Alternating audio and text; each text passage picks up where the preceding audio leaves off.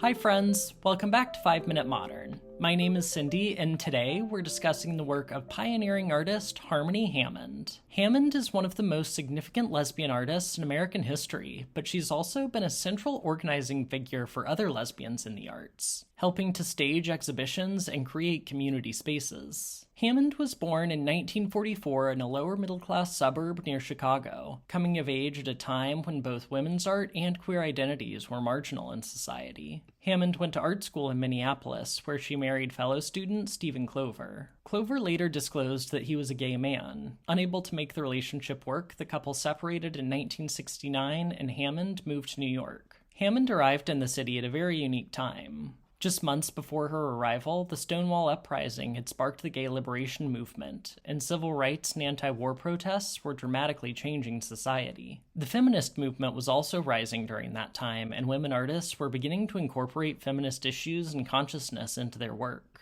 Through a feminist consciousness group, Hammond met fellow artist Louise Fishman, known for her abstract paintings, and Fishman's partner Esther Newton, who had just published a groundbreaking study of drag performance. With the support of Fishman, Newton, and other lesbians in their circle, Hammond came out in 1973. The year before, Hammond and sculptor Patsy Norvell founded Artists in Residence, or AIR Gallery, the first all-women cooperative in the United States. AIR Gallery is still open and still showcases work by women artists to this day. In 1976, Hammond co-founded Heresies, a feminist publication of art and politics, alongside a collective of artists and writers, like Lucy Lepard, Miriam Shapiro, and Joyce Kozloff. Within a year of its launch, Heresies published a revolutionary issue on lesbian art, which included contemporary artists like Louise Fishman and Adrienne Rich, alongside historical lesbian artists like photographer Alice Austen. The collective behind Heresies had hoped that the Lesbian Art in America issue would help break the silence around queer identities that left many lesbian artists feeling isolated.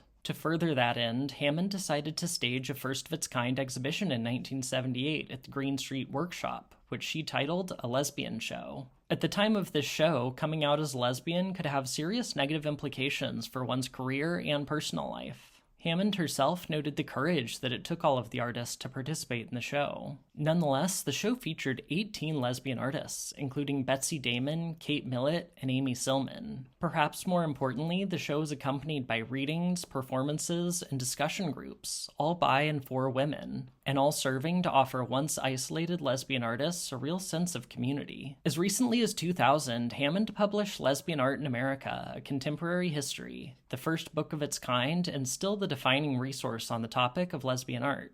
When Hammond wasn't working to support her fellow queer women artists, she had a multifaceted practice of her own. Perhaps her best-known works are her floor pieces, braided abstractions that straddle the boundary between painting and rug weaving. Likewise, the floor pieces trouble the distinctions between art and craft, between the fine art historically thought of as the domain of men, and the craft work traditionally done by women. Hammond made these works using the fabric discarded by the clothing factories near her loft, noting that although individual strands remain visible, the completed braid is stronger than any single strand, a powerful metaphor for the importance of community and solidarity. The spiral forms frequently found in her work are influenced by Hammond's decades-long practice of Aikido, a martial arts style made up of circular movements to immobilize opponents, making space and taking it in turn. Some of her works feature fan-like forms, referencing the Iron Fan, a martial arts style developed by women. Hammond also created sculptures wrapped in layers of fabric and covered with acrylic paint, with only the shape of the underlying forms, like the ladders in this piece, distinguishable. Often the forms in these sculptures are coupled, as though embracing each other for support. In 1984, Hammond left New York for New Mexico, where she still lives and works today. Earlier this year, she was the subject of an exhibition at Site Santa Fe, and an anthology of her writings is expected to be published in 2026. In recent years, she has focused on monochromatic abstract canvases covered with layers of various textiles and thick paint. In spite of the obvious difference in form from her earlier sculptures, Hammond's canvas-based works are a continuation of the same themes.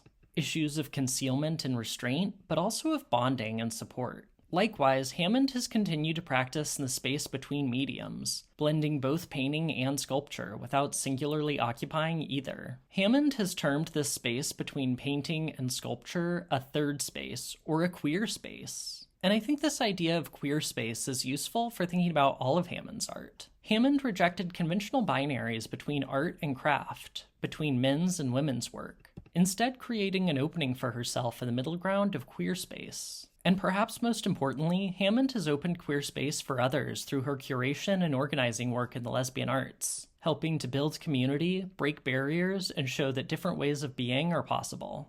Thanks so much for joining me on this one. I think Harmony Hammond is such an important and underappreciated figure in the American art scene, so I'm really pleased to be able to share her work here. As always, I hope you enjoyed the video and I hope you learned something new. Please remember to like and subscribe, and I'll see you in the next one. Bye.